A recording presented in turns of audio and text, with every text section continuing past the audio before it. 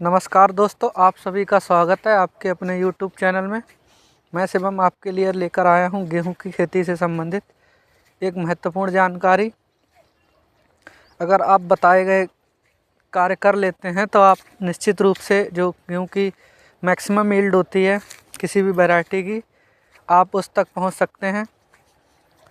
आपके लिए इस वीडियो में जानकारी मिलेगी कि हमारे लिए गेहूं की खेती में कितनी खाद डालनी चाहिए, खास पहली सिंचाई से पहली डालनी चाहिए या सिंचाई के बाद डालनी चाहिए, कितना यूरिया देना चाहिए और साथ में कौन कौन से माइक्रोन्यूट्रिएंट देने चाहिए। साथियों, गेहूं की खेती के लिए जितने भी गेहूं से संबंधित रिसर्च सेंटर हैं, उन्होंने गेहूं की खेती के लिए 120 किलोग्राम नाइट्रोजन, 60 किलोग्राम फास्फोरस और 40 किलोग्राम पोटास की संतुति की है। ये पोषक तत्व आपको जब देने हैं जब आप खेत में मिट्टी की जांच ना करा पाएँ, या फिर मिट्टी की जांच कराते हैं तो पोषक तत्वों का जो स्तर है वो आपका मध्य हो, न कम न ज़्यादा।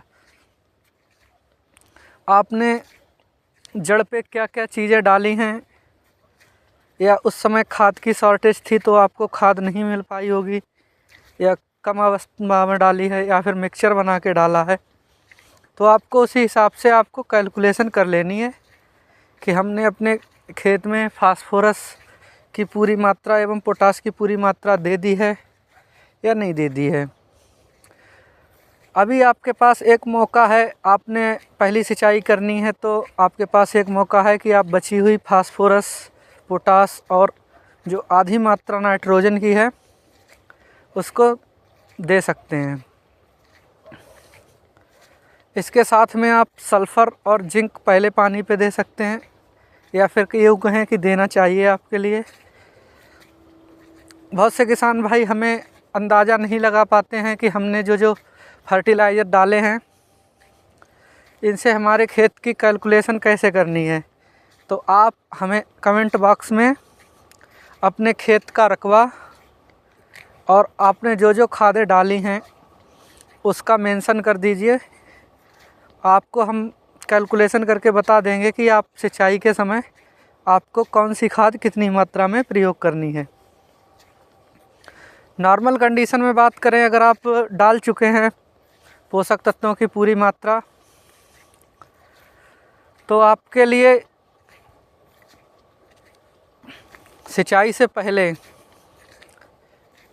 मेरे हिसाब से 2 बैग यूरिया प्रति हेक्टेयर के हिसाब से, या फिर 1 बैग प्रति एकड़ के हिसाब से यूरिया, 3 किलोग्राम सल्फ़र और 5 किलोग्राम जिंक सल्फेट और एक किसी भी अच्छी कंपनी का जाइम मिलाकर आपको सिंचाई से पहले देनी चाहिए।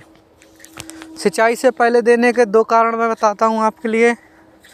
पहला कारण ये है कि जब आप खेत की सिंचाई करेंगे तो आप उसके बाद उसमें हर्बिसाइड की स्प्रे करेंगे। तो हर्बिसाइड की स्प्रे करने के बाद जब हर्बिसाइड मरने लगेगा तब आप उसमें जो खाद है वो देंगे।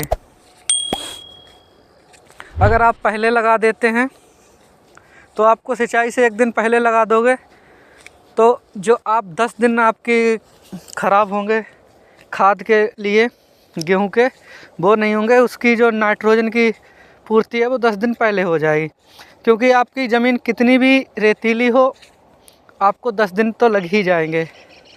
दूसरी चीज़, अगर मिट्टी आपकी बहुत ज़्यादा भारी है तब भी आपको पहले ही देनी चाहिए, क्योंकि भारी मिट्टी में तो और ज़्यादा दिन के बाद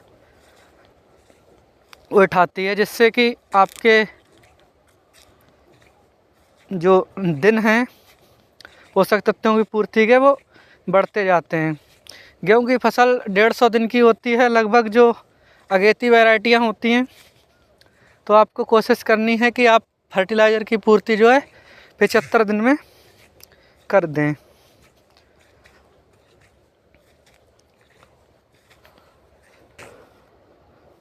जानकारी आपके लिए फिर से रिपीट किए देते हैं।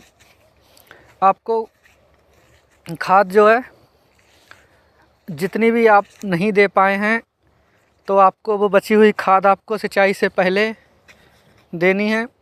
अगर आपने डोज पूरी कर दी है तो यूरिया 1 बैग आपको 3 kilo sulphur, 5 kilo zinc sulphate और 1 जाइम किसी अच्छी कंपनी का मिलाकर आपको देना है। उसके ऊपर से सिंचाई कर देनी है। किसान साथियों, गेहूं की खेती से संबंधित और किसी वीडियो के लिए हमारे चैनल को सब्सक्राइब कर लीजिए। गेहूं से खेती से संबंधित वीडियो आपको मिलती रहेंगी। और जानकारी अच्छी लगी हो तो आप अपने दोस्तों के साथ और अन्य किसान साथियों के साथ शेयर करें। अगला वीडियो गेहूं में लगने वाले खरपतवार नाशक